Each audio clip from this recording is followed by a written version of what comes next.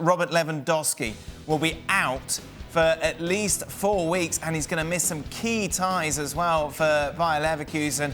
The big top of the table clash against Leipzig this weekend, and then both legs against PSG in the Champions League. Just a reminder how things look at the top of the German standings going in to this week's games. Munich are 4 points clear of Leipzig. Jan, obviously a massive blow for Bayern Munich. And a massive blow for Robert Lewandowski, wanted to beat that record of 40 goals of Gerd Müller. Having said that, I think that Bayern Munich will try to look for alternatives. You can't replace a player who's not possible to replace, but still I think they will have different options. They could put Thomas Müller in as a false number 9, or they can put Gnabry in as a striker, doing it out with Koeman, Sané, mix in there sometime. Or they could put, like I think Hansi Flick maybe will do it against PSG in the semi-final, he can put Choupo-Moting in just in those kind of games and hope that the story makes itself. Wow. But it's a big, big blow for Robert Lewandowski, and it's of course a big blow for Bayern Munich. Now coming up, as you said, Dan, the big one against RB Leipzig.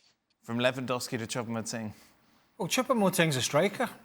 Yeah, but he's not player of the year. So, you know, at the end of the day, if he's ever going to get some game time, and listen, he's had some big moves, surprisingly, I would say, you know, going from Stoke City to PSG, and then from PSG to Bayern Munich. So I would imagine Thomas Müller would be... Listen, Thomas Müller's played that position many, many times as a natural number. He doesn't play that regular now. Obviously, his game has changed somewhat from a young Robert Müller, but he can do that. Listen, 35 goals in the Bundesliga is quite incredible again. 5 in the Champions League already, looking to break records. But here's the deal. Injuries are part of the game. You know, PSG have had to do it without Neymar. It's been well documented in his time at PSG in some of the big flagship moments. Tottenham got to a Champions League final without Harry Kane. And then, you know, Pochettino stupidly played him in the final when he wasn't fit. But teams have had to go without their top players. And listen, I don't want to see any player injured, but it's an occupational hazard, and I don't really have any sympathy. I mean, if they beat Leipzig away from home this weekend, without them, it'll be 7 points, and it'll pretty much be done and dusted, pretty much. So the opportunity is there, but I don't want to see any player injured. There's a Euros coming up in the summer, lots of big games, but it's an occupational hazard, and you know, it's a bit like when Man City, with this great big squad, pick up injuries. Not much sympathy. Don't have any sympathy for Bayern here. Get on with it, handle it, rotate your squad. What does this mean for the title race in Germany, in your opinion? You talk to Jan after all those sounds.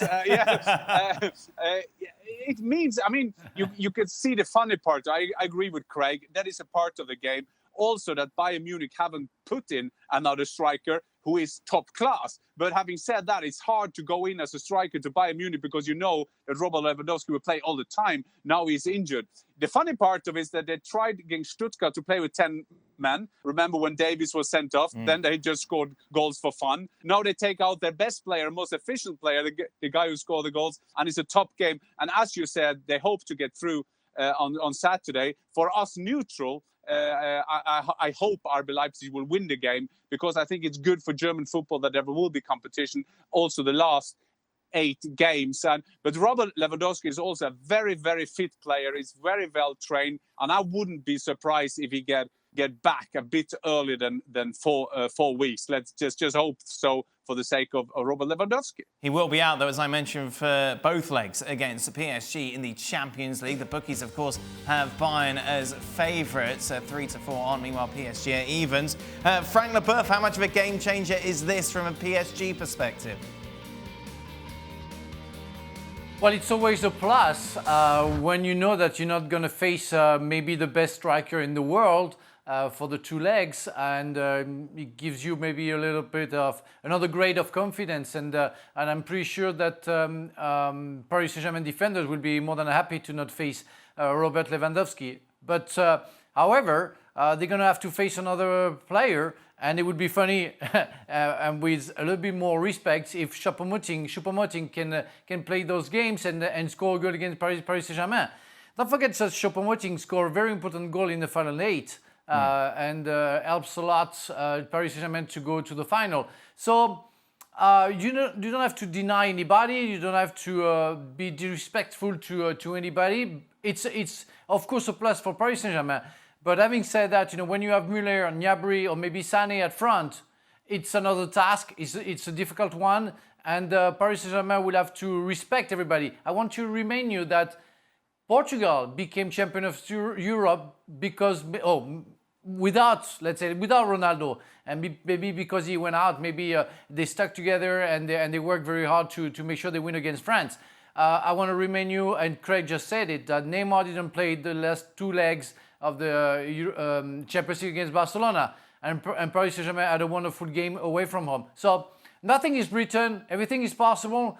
Paris Saint-Germain get something out of it if they are 100% tuned in. Otherwise, if they think they're gonna win because Lewandowski is not there anymore, they're gonna be out. And he picked it up against the old dreaded international against Andorra. Well, yeah, that's it. If you're Bayern Munich, you're annoyed. Listen, I've seen it with club managers when you go away. Not just me, but all the players, different clubs have played at, and I've seen international managers. Their reaction: somebody has to put the phone call in to Hansi Flick or to Karl-Heinz Rummenigge.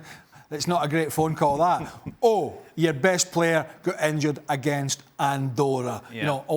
Little old Andorra. But listen, it's a test for Hansi Flick. And he's come through everything that's been asked of him so far with flying colours. He's been hugely successful in his 18 months or so at the helm. But listen, Man City sit atop the Premier League by a country mile at the moment, and have done it all season pretty much without a striker.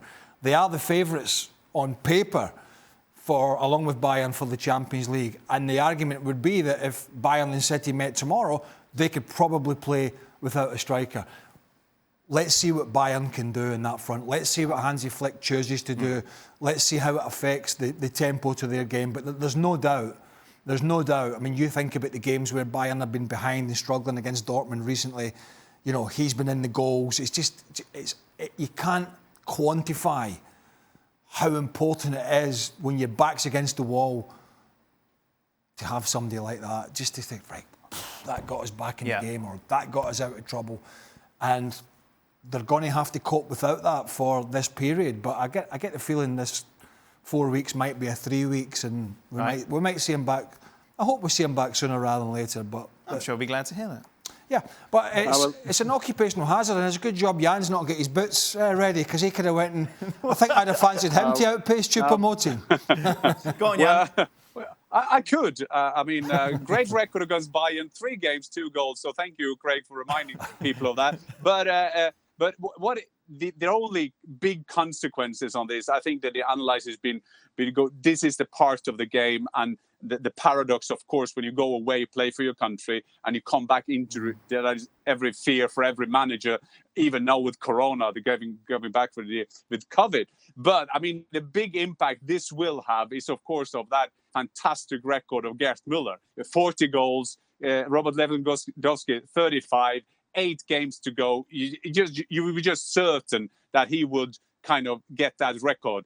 Now, if this is into the plans now with 4 weeks, I think, like Ray, we talked about it maybe a bit earlier back, but still that will make him 3 games to get those 5 or 6 goals. So it's going to be interesting. If there is one player in the world who can do that, is Robert Lewandowski. But it was a historic way. Maybe the best goal getter of all time, Gerd Müller's record, could be broken, but looks like maybe he will just still have the record. Well, thank you very much for watching ESPN on YouTube. For more sports highlights and analysis, be sure to download the ESPN app. And for live streaming, premium content, and let's not forget as well, ESPN FC 7 days a week. Subscribe to ESPN+.